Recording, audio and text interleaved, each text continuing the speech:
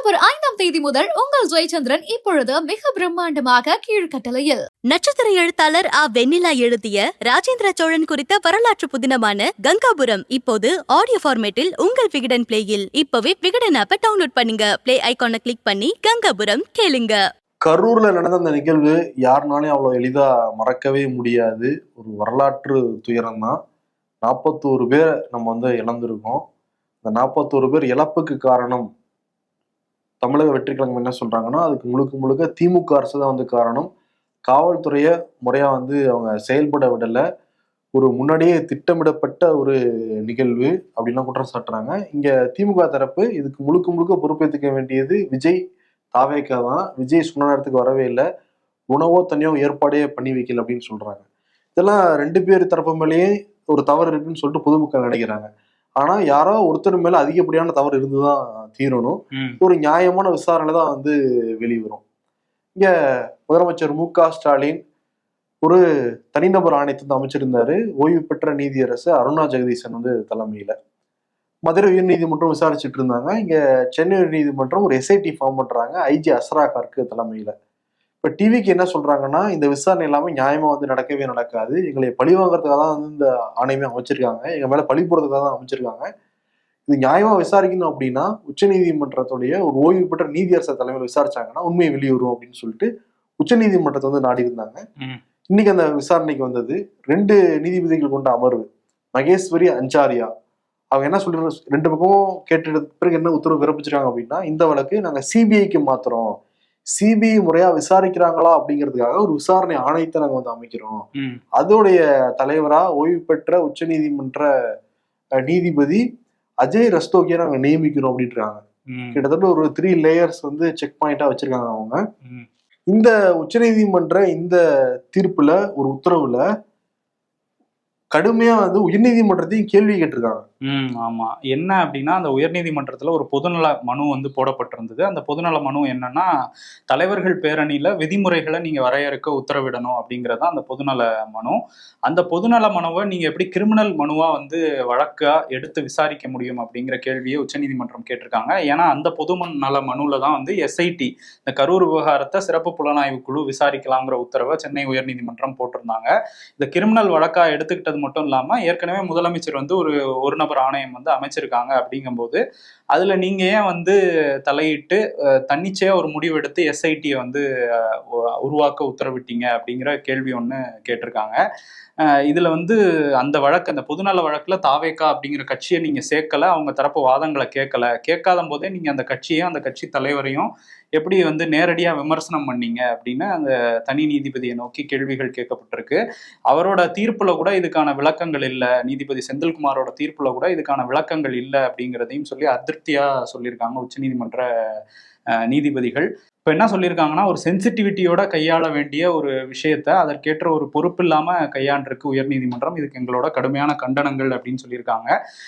இந்த கரூர் விவகாரம் மதுரை கிளை அந்த வரம்புக்குள்ளதான் வரும். அப்படிங்கும்போது அதை நீங்க எப்படி இதுல உத்தரவு போட்டீங்கிறது எங்களுக்கு பெரிய கேள்வியா இருக்கு. சென்னை உயர்நீதிமன்றம் அப்படிங்கும்போது அதை எப்படி நீங்க விசாரணைக்கு எடுத்துக்கிட்டீங்க, அதை ஏன் பொதுநல வழக்க கிரிமினல் வழக்கா மாத்தி விசாரணைக்கு எடுத்துக்கிட்டீங்க அப்படிங்கிறதெல்லாம் உச்சநீதிமன்றத்துக்கு நீங்க பதில் சொல்லணும் அப்படின்னு சொல்லி கண்டனத்தோட சேர்த்து அந்த பதிவாளர், நீங்க உயர்நீதிமன்ற பதிவாளர் ஒரு அறிக்கையை தாக்கல் பண்ணுங்க உச்சநீதிமன்றத்துல இது தொடர்பா அப்படின்னு சொல்லியிருக்காங்க. ஸோ உயர்நீதிமன்றம் பண்ண இந்த விஷயங்கள் எல்லாம் வச்சு நாங்க சிபிஐக்கு இந்த விசாரணையை மாத்த போறோம் அப்படிங்கிறதையும் சொல்லியிருக்காங்க.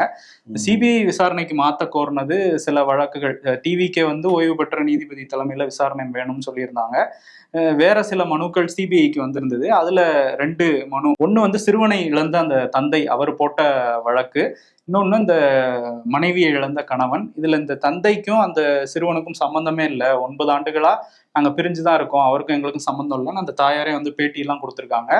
அவங்க சொல்லும் போது யார் அது பின்னாடி இருக்காங்கிறத அவங்க சொல்லலாம். ஆனால் திமுக அதுக்கு பின்னாடி தாவேக்கா இருக்கு அப்படிங்கிற குற்றச்சாட்டை வைக்கிறாங்க. அதிமுகவும் அந்த மனைவியை இழந்த கணவருக்கு பின்னாடி அதிமுக இருக்குங்கிறத அவரே சொல்றாரு. என்கிட்ட ஏமாத்தி அதிமுகல கையெழுத்து வாங்கிட்டாங்க, வேலை வாங்கி தரேன் அப்படின்னு சொல்லிட்டு கையெழுத்து வாங்கி இப்ப சிபிஐ விசாரணை வேணும்னு வழக்கு போட்டிருக்காங்க அப்படின்னு சொல்லியிருக்காரு அவரு. ஸோ அதையுமே திமுகல கடுமையா விமர்சிச்சுக்கிட்டு இருக்காங்க. ஆமா, இன்னொரு பக்கம் என்னன்னா, ஆதவ் அர்ஜுனா தாவேகாவுடைய தேர்தல் பொதுச் செயலாளர், அவர் உச்ச நீதிமன்றத்துக்கு போயிருந்தாரு.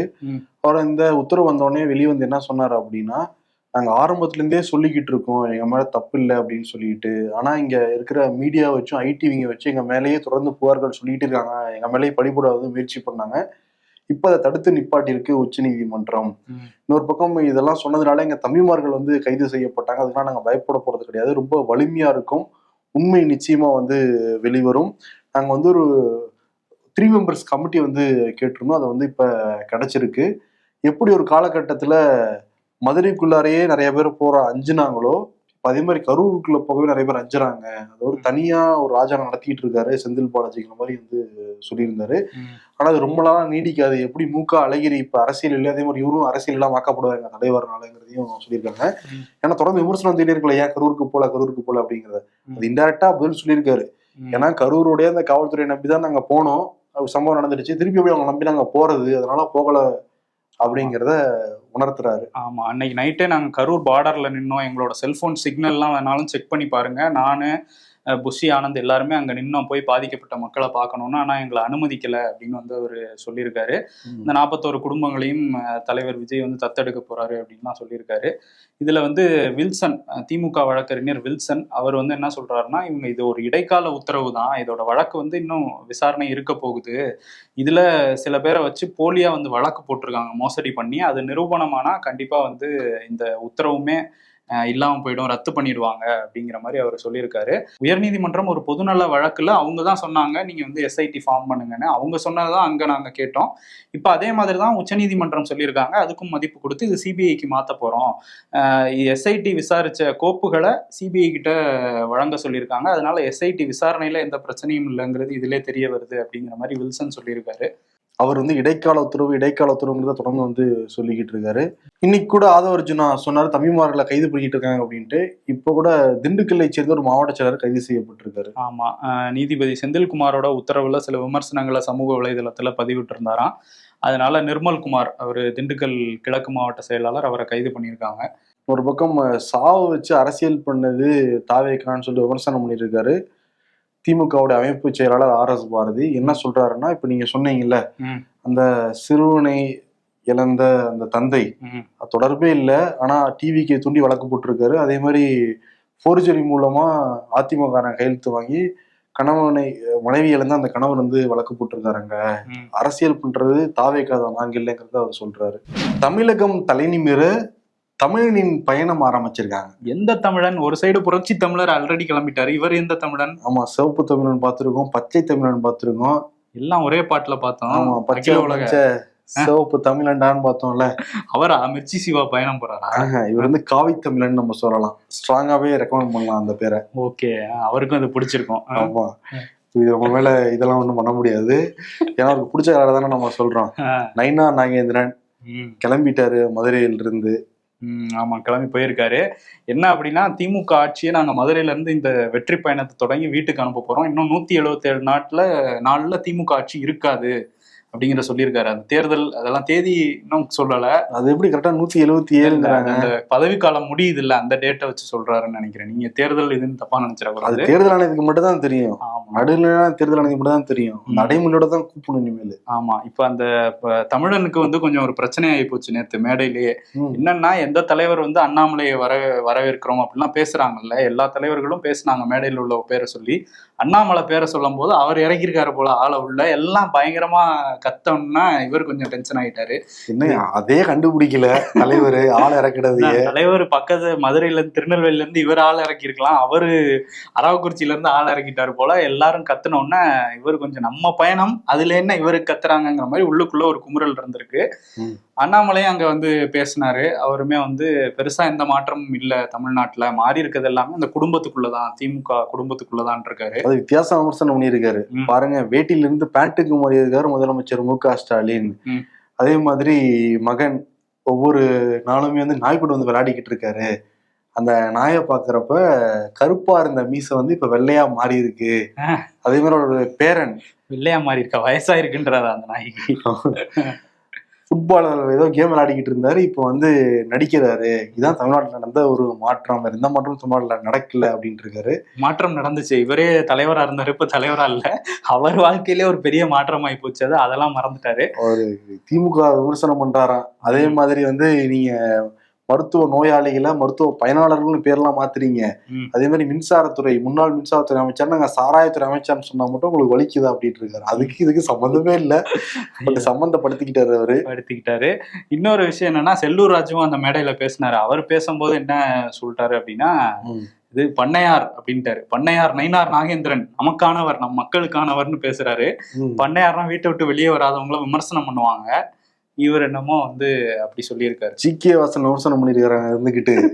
என்ன நினைச்சு அந்த அந்த அடைமொழிக்கு சொந்தக்காரர் யாரு தமிழ்நாட்டுல? அதானே, பண்ணையார்னா எங்க தலைவர் தான் அப்படின்னு அவங்க வந்துட்டாங்கன்னா சைக்கிள் எடுத்துக்கிட்டு. ஆமா, சரி ஓகே. சரி, இப்போ அண்ணாமலைக்கு ஏதோ ஒரு பட்டம் கொடுக்கணுமே. அண்ணாமலை ஆடு அண்ணாமலைன்னு சொல்ல முடியாது, ஏன்னா அவருக்கு ஆடு பிடிக்கும்னு வச்சுக்கோங்க, விவசாயம் சொல்லிடுவாரு, நிறைய ஆடெல்லாம் கூட வளர்க்குறாரு. புத்தக அண்ணாமலைன்னு சொல்லலாமா? புத்தக பிரியர் அண்ணாமலை 20,000 புத்தகம் படிச்சிருக்காரு. அது படிச்சிருக்காரு, ஆனா படிச்சிருக்காரு. புத்தக பிரியர் வேதனை கூட வாங்குறியா? சரி விட்டுருவோம். ஆமா, அதை விட்டுருவோம். இன்னொரு விஷயம் என்னன்னா, இந்த எடப்பாடி டிடிவி சண்டை அது வந்து நாளுக்கு நாள் அதிகமாயிட்டு போயிருக்கு. இவரெல்லாம் ஒரு மனுஷனே இல்லை, இவர் துரோகம் தான் இவர் ஃபுல்லா அப்படின்லாம் எடப்பாடிய டிடிவி கடுமையா விமர்சிச்சிருந்தாரு. இன்னொன்னு வேற சொல்லியிருந்தாரு அவரு, விஜய் மட்டும் கூட்டணிக்கு வரேன்னு உறுதியாயிருச்சுன்னா பிஜேபி கழட்டி விட்டுருவாருன்னு விமர்சனம் பண்ணியிருந்தாங்கல்ல. அதுக்கு எடப்பாடி பழனிசாமிகிட்ட கேள்வி கேட்டப்ப ஏங்க அவர்லாம் ஒருத்தர் வந்து என்கிட்ட கேள்வி கேட்கிறீங்க பாத்தீங்களா, ஆனா ஒன்னும் அதை சொல்லிடுவாரு. என்ன தெரியுமா, 2 கோடி தொண்டர்கள் இருக்கிற கட்சியோட தலைவர் நானு, 2 கோடி போங்கிற மாதிரி ஏத்திக்கிட்டே போறாங்க. ஆமா, போய் அதெல்லாம் கேக்குறீங்களே நீங்க. அவரு முதல்ல விஜயோட கூட்டணிக்கெல்லாம் நினைச்சாரு, முடியாம போயிடுச்சு. அதனால வயிற்றுச்சல் இப்படிலாம் வந்து ஏதாவது ஒன்று பேசிக்கிட்டு இருக்காரு. அதெல்லாம் கேள்வி கேட்காதீங்கன்னு வந்து கடந்து போறாரு எடப்பாடி பழனிசாமி.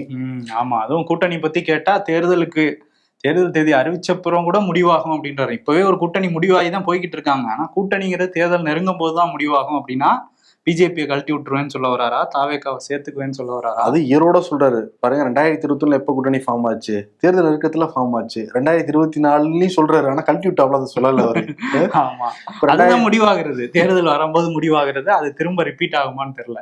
அவரே கொஞ்சம் குழப்பமா தான் பேசினார் எடப்பாடி பழனிசாமி. இது காலங்காலமா தமிழ்நாட்டு மக்களுக்கு நடந்துகிட்டு இருக்கிற ஒரு மிகப்பெரிய அநீதி. இந்த அநீதியை தட்டி கேட்கறதுக்கு இது வரைக்கும் யாருமே வரல. அது அதிமுக இருந்தாலும் சரி, திமுக இருந்தாலும் சரி, பொட்டி பாம்பு அடங்கிடுறாங்க அந்த முதலாளிகள் முன்னாடி. எந்த முதலாளிகள்னா ஆம்னி பேருந்து முதலாளிகள் முன்னாடி. ஒரு ரெட் பஸ்ன்னு ஒரு ஆப்பே இருக்கு. அந்த ஆப்ல திறந்து பார்த்தாலே ஒரு பச்சையான ஒரு அதிகப்படியான விலையை வச்சு விற்கிறாங்கிறது தெரியுது. திருநெல்வேலிக்கு அதிகபட்சமா 900 ரூபாயில இருந்து ஒரு 1200 ரூபா வரைக்கும் இருக்கும்.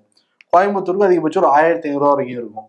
இந்த மாதிரி கரூர், கன்னியாகுமரிலாம் இந்த ரேஞ்சு தான் வந்து இருக்கும். இப்ப பார்த்தா 5000 ரூபா, 4000 ரூபா. இப்போ ஒரு 3 பேர் கொண்ட குடும்பம் இங்க இருந்து தீபாவளிக்கு சொந்த ஊருக்கு போயிட்டு வரணும் அப்படின்னா குறைஞ்சது 15,000 ரூபா செலவாயிடும். 15,000 முதல்ல நிறைய பேருக்கு போனஸாக வருமா? அது கூட வராது. இல்ல 3 பேர் 4000 ரூபானா போயிட்டு வர்றதுக்கே 24,000 ரூபா ஆயிடும். அந்த அளவுக்கு செலவு பண்ணி போற அளவுக்கு நம்ம நிலைமையெல்லாம் இருக்கு. இப்ப ஜிஎஸ்டி வரி குறைச்சாங்க, எல்லாம் சேமிப்பு அதிகமானாங்க, விலைவாசி குறையும்னாங்க, ஏறிக்கிட்டு தான் இருக்கு நம்ம கண்ணில் பாக்குறப்ப. ஆனா இதெல்லாம் அரசாங்கம் பாத்துக்கிட்டு இருக்கா இல்லையாங்கிறது தெரியல. இது தனிப்பட்ட முறையில வந்து கொடுத்தாங்கன்னா பரவாயில்ல. வெட்ட வெளிச்சமும் ஒரு ஆப்லயே இருக்கு. இது போக்குவரத்து அமைச்சர் சிவசங்கருக்கு தெரியாதா, இல்ல தமிழ் அரசுக்கு வந்து தெரியாதா? எவன் என்னமோ வித்துட்டு போறான், நமக்கு என்ன அப்படின்னு உட்கார்ந்துருக்காங்க போல தெரியுது. ஆமா, வேற அவங்களுக்கு அதனால என்ன பயன் கிடைக்க போகுது அரசுக்குன்னு நமக்கு புரியல. ஏன்னா அவங்க ஏத்தி வச்சு விக்கிறாங்க. அது தனியாருக்கு தான் லாபம். அதுல அரசுக்கு என்ன லாபம் கிடைக்க போகுது? தட்டி கேட்கலாம்ல, ஏன் கேட்க மாட்டேங்கிறாங்க? அதுதான் கேட்பேன்னு இருக்காரு. அதான் சொன்னல, முதலாளிகள் முன்னாடி, தனியார் ஆம்னி பேருந்துகள் முன்னாடி. அதுதான், அது ஒரு கூட்டம் நடத்தியிருக்காங்களாம். அதை வந்து சிவசங்கரே சொல்லியிருக்காரு. நீங்க அதை மரியாதையா நாங்க சொல்றோம், கேட்டுக்குங்க, ஒழுங்கா வந்து கரெக்டான கட்டணம் தான் வசூலிக்கணும் அப்படிங்கிற பேச்சுவார்த்தை நடந்திருக்கான். ஆனா அது செயல்படுத்தவே இல்லை. புகார்கள் இப்பவே வர ஆரம்பிச்சிருச்சு. அதையுமே அவர் சொல்றாரு, சில புகார்கள் வந்துகிட்டு இருக்கு. இந்த தீபாவளி ஒட்டி வந்து அதிகமா வச்சிருக்காங்க அப்படின்னு. இந்த மாதிரிலாம் பண்றீங்கன்னா கடுமையான நடவடிக்கை எடுத்துருவோம், பாத்துக்குங்க. அதுவும் தீபாவளிக்கு முன்னாடியே எடுத்துருவோம் அப்படின்னு இருக்காங்க. அந்த 500 ரூபாயை எடுத்து வச்சுக்கணும் இப்பவே பஸ் முதலாளிகள்லாம். ஃபைன் கட்ட 500 ரூபா தான் போடுவாங்க. அதாவது சிவசங்கர் பேசல அப்படி தெரியுமா இருக்கு. வடிவேலு சொல்லுவாப்புல இல்ல ஒரு படத்துல, தெய்வமே அவ்வளவுதான் உன்னை பிச்சுன்னு தூரத்துல வர மிரட்டுற மாதிரி தெரியும். நான் பக்கத்துல பாக்குறப்போ வந்து என்னப்பா இப்படி பண்றீ, ஆட்சி கிடையாது வந்துருமா இல்லையாப்பாங்கிற மாதிரி பண்றாரு அவரு. தனியார் பஸ் முதலாளிகளும் அரசியல்வாதிகளும் வேற தான், ஆளும் தரப்புல இருக்கவங்க எல்லாமே. அப்படிங்கும் போது நடவடிக்கை எடுக்கலாமே, ஏன் எடுக்க எல்லாரும் சிறப்பு பேருந்து விட்டுறதா சொல்றாங்க. அன்னைக்குதான் இருக்கு கூத்து. சிறப்பு பேருந்து எந்த அளவுக்கு சிறப்பா போகுதுன்ட்டு தமிழ்நாடு அரசு அண்மையில ஒரு அரசாணை பிறப்பிச்சிருந்தாங்க. அதாவது தெரு பேரு இல்ல ஏரி பேரு இதெல்லாம் வந்து ஜாதி அடையாளங்களோட இருந்துச்சுன்னா அதை வந்து மாத்தணுங்கிற ஒரு சர்க்குலரு, ம். அது நிறைய சஜஷன்ஸ் கூட வந்து கொடுத்துருந்தாங்க. இப்பதான் ஐயாக்கு அந்த விஷயம் போய் சேர்ந்துருக்குன்னு நினைக்கிறேன். ஆமா. ஏன்னா மருத்துவமனை அனுமதிக்கப்பட்டு சிகிச்சை நடத்தி வீட்டுக்கு போயிருக்காருல்ல, இப்போ ஒரு அறிக்கையோட வந்திருக்காரு அவரு. ஓகே. தமிழ்நாடு அரசு அவசரப்பட வேண்டாம் அப்படின்னு வந்து சொல்றாரு. இந்த அரசாணையை கைவிடுங்கன்றாரா இப்போதைக்கு? ஏன்னா இதை வச்சு பலரோட பொழப்பு இருக்கு. பல பேரோடதா? மண்டல்லி போட்டாதங்கயான்னு ஐயாவோட அறிக்கையில எங்கேயுமே கிடையாது. ஆ. அவர் என்ன சொல்றாருன்னா, இந்த மாதிரி பேர் வைக்கிறாங்க தெருவுக்கு ஊருக்கு அப்படின்னு வைக்கிறாங்க அப்படின்னா ம். அவங்கெல்லாம் அந்த இதுக்கு பணம் கொடுத்துருப்பாங்க, நன்கொடையா கொடுத்துருப்பாங்க, தனமா வந்து கொடுத்துருப்பாங்க. அதன் அடிப்படையில அவங்களுடைய அந்த பேரோட சேர்த்து சாதியையும் போட்டுக்கலாம் போட்டுட்டாங்க. அதுக்கான பணம் தான் அந்த வசூலிப்பா. என்னங்க அது அறிக்கை? அதாவது இப்ப வேற ஏதாவது சாதி கட்சியில இருந்து சொல்லியிருந்தா பரவாயில்ல. ஐயா தமிழ்நாட்டு மக்களுக்காக சாதி எல்லாம் பார்க்காம ஒரு கட்சி நடத்திக்கிட்டு இருக்காரு. சமூக நீதி கட்சி சொல்லுவாரு ஐயா. சமூக நீதி கட்சி நடத்திக்கிட்டு அவர் சொல்றதுதான் எனக்கு அதிர்ச்சியா இருக்கு. வேற யாராவது சொல்லியிருந்தா கூட நம்ம வந்து யோசிச்சிருக்கலாம். ஐயா வந்து ஒரு நடுநிலையான ஒரு மனிதர், எப்படி வாழ்றவர், அவரு போய் இப்படி ஒரு அறிக்கையை விட்டுருக்காரு. புண்படுத்திட்டாரு. ஸ்டாலினோட மனசு புண்பட்டு இருக்கும். ஆமா, ஏற்கனவே அன்புமணியோட மனசு புண்பட்டு இருக்கும். நம்ம கட்சிங்கிறது ஒரு சமூக நீதி கட்சி நடத்திக்கிட்டு இருக்கோம், ஐயா என்ன இப்படி விட்டுருக்காரு அப்படின்னு அவரே கோவப்பட்டிருப்பாரு. அன்புமணி விடலையே அதுக்கு அறிக்கை. ஆமா, எதிர் அறிக்கை வரும்னு நினைக்கிறேன். ஆனா அதுக்குள்ள இந்த ஜிடி நாயுடு அதுவே எப்படி முட்டு கொடுக்கறதுன்னு தெரியாம கொடுத்துக்கிட்டு இருக்கிறாங்க. நாயுடு விட்டுட்டு எப்படிங்க பண்ண முடியும் அப்படின்னு சொல்லிட்டு ஒரு இது சொல்லிட்டு இருக்காங்க திமுக. தங்கம் தன் கூட சொன்னாரு ஜிடின்னு வச்சா நல்லா இருக்காது அப்படின்னு. கோபால்சாமி துரைசாமின்னு வைக்கலான்னு சஜஷன் கொடுக்குறாங்க. ஏன்னா இங்க இந்த ஜிஎன் ஷெட்டி ரோட்லாம் கோபதி நாராயண சாலைன்னு மாத்திட்டாங்க. அந்த ஷெட்டியை தூக்கிட்டாங்க. நாயுடுவை தூக்குனா அவங்களுக்கு என்ன பிரச்சனை? வாக்குதான் பிரச்சனை அப்படின்னு மக்கள் நினைப்பாங்கல்ல. சரி, இன்னொரு பக்கம் அப்படியே வந்து பக்கத்து ஸ்டேட்டுக்கு போவோம். அங்க வந்து சுரேஷ் கோபி அங்க தனியா நின்று ஜெயிச்சிட்டாரு. ஜெயிச்சு மத்திய அமைச்சரா ஆயிட்டாரு. ஆக்கிட்டாங்க. இப்ப துண்டு விழுந்துருச்சு போல இருக்கு. எதுல? அவர் பட்ஜெட்ல தான். என்ன சொல்றாரு, நான் தனிப்பட்ட வருமானமே எனக்கு குறைஞ்சிக்கிட்டு இருக்கு, அதனால இந்த அமைச்சர் பொறுப்புல இருந்து நான் விலகலாமான்னு யோசிக்கிறேன் அப்படிங்கிறாரு. ஓ, தனிப்பட்ட வருமானம் அமைச்சர் பொறுப்புல இருக்கனால குறைஞ்சிருச்சா? இல்ல, நாடகம் படத்துல நடிச்சுக்கிட்டு இருந்தப்ப கொஞ்சம் பணம் வந்துகிட்டு இருந்துச்சான். இப்ப முழுக்க அந்த கவர்மெண்ட் கொடுக்குற காசு வச்சுதான் வண்டி ஓட்டுறாரு போல தெரியுது அவர் சொல்ற ஸ்டேட்மெண்ட்டை பார்த்தா. அதனால என்னால தனிப்பட்ட முறையில நான் செலவுல சமாளிக்க முடியல அப்படிங்கிறாரு. நமக்கு தெரிஞ்ச ஒரு ஐடியாவை சொல்லுவோம். ஒரே ஒரு நாள் நிதின் கட்கரிட்ட போய் நீ கிளாஸ் அட்டன் பண்ணுங்க, அவர் ஒரு மாசத்திலேயே 200 கோடி சம்பாதிக்கிற அளவுக்கு மூளை இருக்குன்னு சொல்லிட்டு இருந்தாரு அவரு. ஆமா, சக அமைச்சரவையில இருக்கிற ஒருத்தட்ட போய் ஐடியா கேட்டு பொழைக்க தெரியாம இருக்காரு. பாத்தியா, பொழைக்க தெரியாம இருக்காரா இல்ல நடிக்கிறாரா அரசியல்லையே? நான் நேர்மையான ஆளுன்னு காட்டுறாரா, என்ன சொல்ல வராருன்னு தெரியல. ஆனா எனக்கு வருமானம் வரல அப்படின்றாரு. பட் அமைச்சர்கள்லாம் ரொம்ப பாவம் தான்ல. ஆமா, பார்த்து சுரேஷ் கோபி வெளிப்படையா சொல்றாரு. அப்ப எல்முருகன் பல பேரும் நினைச்சா பரிதாபம் தான் பண்ணும் போல இருக்கே. அதுவும் தமிழ்நாட்டு அமைச்சர்கள்லாம் பாவம், அவங்களுக்கு வர சம்பளத்தை வச்சு எப்படி ஓட்டுறாங்க. பிரதமர் மோடிலாம் ஐயோ வீடு கூட இல்லைங்க அவருக்கு. வீடு இல்ல, ஆனா சொகுசான அந்த பங்களா இருக்கு. அது பிரதமர் பதவியில இருக்க வரையும் இருக்கும். அரசாங்கம் கொடுத்த பங்களா அது. அவர் என்ன பண்ணுவாரு, அந்த பங்களால வந்து பாத்தீங்கன்னா மயில் இருக்கும், பெரிய இடத்துல இருக்கு, பாறைலாம் கூட இருக்கும், பாறையில படுத்திருப்பாரு. அதெல்லாம் எவ்வளவு கஷ்டம் அதெல்லாம். மேற்கு வங்கம் அங்க தலைநகர் கொல்கட்டால அந்த ஆர்ஜிகர் மருத்துவமனையில நடந்த அந்த பெண் மருத்துவர் பாலியல் வன்கொடுமை செய்து கொல்லப்பட்டாங்க. அந்த சம்பவம் இந்தியா முழுக்க பெரிய அதிர்வலை ஏற்படுத்தி இருந்தது. இப்போ ஒரு துர்காப்பூர், அதே மாநிலத்துல துர்காப்பூர்ங்கிற இடத்துல உள்ள ஒரு தனியார் மருத்துவக் கல்லூரி மாணவி 5 கொடூரன்களால கூட்டு பாலியல் வன்கொடுமை வந்து செய்யப்பட்டிருக்காங்க. இவங்க அவங்க ஆண் நண்பரோட வெளியே போயிட்டு ஹாஸ்டல்ல தான் தங்கியிருக்காங்களாம். வெளியே போயிட்டு இரவு வரும்போது தான் இந்த சம்பவம் நடந்ததா சொல்லியிருக்காங்க. இப்போ இதுக்கு விசாரணை நடந்துகிட்டு இருக்கு அப்படின்னு மேற்கு வங்க முதல்வர் மம்தா பானர்ஜி சொல்லியிருக்காங்க. பெண்களுக்கு இங்கே பாதுகாப்பே இல்லை அப்படிங்கிறத எதிர்க்கட்சிகள் திரும்பியும் முன்னெடுத்திருக்காங்க. மம்தா பானர்ஜி பேசும்போது என்ன சொல்றாங்கன்னா, இந்த கல்லூரி வளாகத்துக்குள்ள எப்படி இரவு நேரத்தில் வெளியே அனுப்புறீங்க, நள்ளிரவு இது நடந்ததா சொல்றாங்க, எப்படி நள்ளிரவில் மாணவிகளை வெளியே வந்து அனுப்புறீங்க, இரவு நேர கலாச்சாரத்தை முடக்கணும் அப்படிங்கிற மாதிரிலாம் சொல்லியிருந்தாங்க கல்லூரி நிர்வாகங்களுக்கு. இது பெண்கள் நைட்டு வெளியே போகக்கூடாது அப்படிங்கிற மாதிரி நியூஸாக மாறினதுனால இது சில பேர் திருச்சி சொல்றாங்க, நான் அப்படி சொல்லலைங்கிற மாதிரி விளக்கம்லாம் கொடுத்துருக்காங்க மம்தா பானர்ஜி.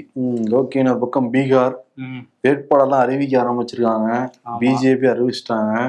போன தடவை வெயிட்டா இருந்தாரு, ஒரு 5 சீட்டு அதிகமா நின்னாரு நிதிஷ்குமார். இந்த தடவை ஈக்குவல் சீட்டு தான் 2 பேருக்கும் சொல்லிட்டு பிஜேபி 101 சீட்ல நிக்கிறாங்க. நிதிஷ்குமாரோட ஐக்கிய ஜனதாதளம் 101 சீட்ல நிக்கிறாங்க. சிராக் பஸ்வானோட அந்த லோக் ஜன்சக்தி அந்த கட்சிக்கு 29 சீட்டு பேசி எப்படியோ வாங்கிட்டாரு அவரு. மீதி 2 சின்ன கட்சிகளுக்கு 6 சீட்டு ஒதுக்கப்பட்டிருக்கு. இந்த பக்கம் காங்கிரஸ் கூட்டணி, ஆர்ஜேடி கூட்டணி தான் ஒரு மாதிரி முடிவுக்கு வராம இழுத்துக்கிட்டே இருக்கிறாங்க. ஏன்னா போன தடவை 70 சீட்டு வாங்கினாங்க காங்கிரஸ், அதுல 19 தான் ஜெயிச்சாங்க. நாங்க பெரிய கட்சி அப்படின்லாம் அங்க சொல்லி கடைசியில பல்ப் வாங்கினாங்க. இப்பயும் கொஞ்சம் டஃப் கொடுக்குறாங்களாம், நாங்க நிறைய நிற்போம் அப்படின்னு சொல்லிட்டு. அதனாலதான் இழுபறியில போயிட்டு இருக்கான். அதுக்கடையில அந்த ரயில்வே துறையில முறைகேடு பண்ணிட்டாருங்கிற வழக்கும் வேகமாயிருக்கு லாலு பிரசாத் யாதவ் குடும்பத்துக்கு எதிராக. ஓகே, பீகார்ல டஃப் கொடுக்குறாங்கன்னா தமிழ்நாட்டிலையும் டஃப் கொடுப்பாங்க. இது வரைக்கும் என்னதான் திமுக கூட்டணி கட்சிகள் டிவிக்கு கழுவி ஊத்துனா கூட காங்கிரஸ் கமுக்கமா தான் இருக்காங்க. அது நம்ம பார்த்துட்டு தான் இருக்கோம். ஆமா, அதே மாதிரி பீகார்ல ஒரு வாக்குறுதி கொடுத்திருக்காரு பிரசாந்த் கிஷோர். அவரோட பொலிட்டிக்கல் ஸ்ட்ராட்டஜிஸ்ட் அந்த மைண்ட் எல்லாம் யூஸ் பண்ணி மது விலக்கு இருக்குல்ல, அங்க நான் ஆட்சிக்கு வந்தேன்னா மது விற்பனையை தொடங்கிடுவேன் அப்படின்னு சொல்லியிருக்காரு. சூப்பர் அப்பு. ஆமா, அதுக்கு அவர் நிறைய பாயிண்ட் சொல்றாரு, அது வேற. ஆனா இதுதான் அவரோட வாக்குறுதியா இருக்கு. ஆப்கானிஸ்தான்ல தாலிபான் அரசு ஆட்சி நடத்திட்டு இருக்காங்க. அதனுடைய வெளியுறவுத்துறை அமைச்சர் இந்தியா வந்திருந்தாரு. ஒரு பிரஸ் மீட் நடத்தியிருந்தாங்க. அந்த பிரஸ் மீட்ல எந்த ஒரு பெண்களையுமே அனுமதிக்கல. இப்போ அதை வச்சு ஒரு பெரிய சர்ச்சை. எதிர்கட்சிகள், அரசியல் விமர்சகர்கள் எல்லாருமே இதை எப்படி அனுமதிக்காம இருக்கலாம், இது என்ன இந்தியாவா இல்லை ஆப்கானிஸ்தானான்னு கேள்வியில கூட எழுப்பியிருந்தாங்க. இதுக்கு இப்போ ஆப்கானிஸ்தானே பதில் சொல்லியிருக்கு. அது தவறுதான் நடந்த ஒரு விஷயம்தான் அது. நாங்க கூட பாருங்க, பெண்கள் முன்னேற்றம் பல விஷயங்கள் பண்ணிட்டு தான் இருக்கோம்.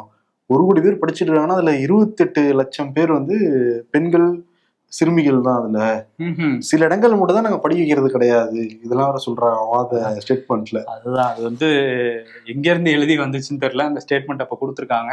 அவர் யூபிக்கு எல்லாம் போயிருந்தாரு, அந்த வெளியுறவுத்துறை அமைச்சர் ஆப்கானிஸ்தான்ல. முன்னாடி யோகி ஆதித்யநாத் கடுமையா எதிர்த்தாரு தாலிபான் அரசை. இப்ப அவரு காவல்துறையை பாதுகாப்பு கொடுக்க வேண்டிய நிலைமைக்கு வந்திருக்குன்னு காங்கிரஸ்ல இருந்து விமர்சனம் வைக்கிறாங்க. எதிர்பாராததே அரசியல் நம்ம எதிர்பார்க்கலாம். ஆமா, இன்னொரு பக்கம் என்னன்னா, அந்த ஆப்கானிஸ்தான் பாகிஸ்தான் எல்லைக்கோடு பிரச்சனை ரொம்ப நாளாவே இருக்கு. அவங்க 2 தரப்புமே மோதிட்டு தான் இருப்பாங்க எப்பவுமே.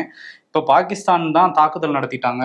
எங்க ஊர்ல காபூல்ல ஒரு வெடிகுண்டு தாக்குதல் நடத்தியிருக்கு. இதை நடத்தினது பாகிஸ்தான் தான் சொல்லி இவங்க தாக்குதலை தொடங்கினாங்க. ஃபர்ஸ்ட் ஆப்கானிஸ்தான் பாகிஸ்தான் மேல. இதுல நாங்க 58 பாகிஸ்தான் ஆர்மி வீரர்களை கொன்னுட்டோம் அப்படின்னு தாலிபான் அரசு தரப்புல சொன்னாங்க. இந்த சைடு பாகிஸ்தான் அரசு என்ன சொல்றாங்கன்னா, இல்ல நாங்க தான் 200 தாலிபான் வீரர்களை கொன்னுட்டோம் அப்படின்னு சொல்லி 2 பேரும் மாத்தி மாத்தி ஒரு கணக்கு சொல்றாங்க. ஆனா 2 பேருக்கும் ஒரு மோதல் ஆரம்பிச்சிருக்கு. இதை நான் நிறுத்தி வைக்க தயாரா இருக்கேன் அப்படின்னு சொல்லிட்டு ட்ரம்ப் இதுலயுமே என்ட்ரி கொடுத்துருக்காரு. இன்னொரு பக்கம் ட்ரம்ப் அந்த 100% எக்ஸ்ட்ரா வரி சைனா மேல விதிச்சிருந்தார்ல, அதுக்கு சைனா என்ன சொல்றாங்கன்னா, நாங்க ட்ரேட் வாருக்கு இப்ப தயாரா இல்லை. ஆனா அவர் முடிவு பண்ணிட்டாரு ட்ரம்ப்னா, அதெல்லாம் பார்த்து நாங்க பயப்பட மாட்டோம், இது ரொம்ப ஒரு மோசமான ஒரு முடிவா இருக்குன்னு அவங்க கண்டனம் பதிவு பண்ணியிருக்காங்க. ட்ரம்பை பத்தி பேசணும். அப்படியே கனடா பக்கம் போவோம். கனடாவுக்கும் இந்தியாவுக்கும் ஒரு பனிப்போர் இருந்துகிட்டே இருந்துச்சு ஜஸ்டின் ட்ரூடோ காலகட்டத்தில். இப்போ ஆட்சி மாற்றம்லாம் ஏற்பட்டு பல மாதங்கள் ஆயிடுச்சு. இப்போ அந்த நாட்டுடைய வெளியுறவுத்துறை செயலாளர் அனிதா ஆனந்த் இந்தியாவுக்கு வந்துருக்காங்க 2 நாள் சுற்றுப்பயணமாக. அதன் பிறகு அந்த பனிப்போர்லாம் முடிவுக்கு வரலாம் அப்படின்லாம் சொல்றாங்க. ஏன்னா பல லட்சம் பேர் இந்தியாவிலிருந்து கனடாவுக்கு போய் வேலை பார்த்துட்டு இருக்காங்க, படிச்சுட்டுலாம் இருக்காங்க. ஒரு சுமூகமான உறவு ஏற்பட்டா நல்லதுதான். ஆமா, பாப்போம், அதை வெயிட் பண்ணி பார்க்கணும். இன்னொரு பக்கம் ட்ரம்ப் இஸ்ரேல் போயிருக்காரு. அங்க போர் முடிஞ்சிருச்சு, அவ்வளவுதான், இந்த போரை நிறுத்திட்டேனான்னு அங்க போய் பேசியிருக்காரு. 20 பிணை கைதிகள் விடுவிக்கப்பட்டிருக்காங்க ஹமாஸ் தரப்புல இருந்து. அதே மாதிரி பாலஸ்தீன கைதிகளை இஸ்ரேல் விடுவிச்சிருக்காங்க. இதுக்கப்புறம் ஒரு நிரந்தர அமைதி அந்த பகுதியில் இருக்கணும்னு தான் நம்ம நினைக்கிறது. ஆனா என்னன்னா, காசாக்குள்ளே ஹமாஸுக்கும் இன்னொரு ஆயுதப்படை, அது சரியா யாரு என்னங்கிறது தெரியல, அந்த 2 படைக்கும் இடையில ஒரு மோதல் நடந்ததாகவும் அதுல 27 பேர் உயிரிழந்துட்டதாகவும் ஒரு தகவலும் வெளியாயிருக்கு. ஒரு கப் டீயை விட 1 GB டேட்டா விலை குறைவு, பிரதமர் மோடி பெருமிதம். டீ விலைய கண்ணாப்பின்னான்னு ஏத்தி வச்சதும் இல்லாம பெருமை வேற அடிக்கிறீங்களா? My mind. எதுக்குடா தயங்குற, நல்லா யோசிச்சு டக்குன்னு தப்பான முடிவெடு.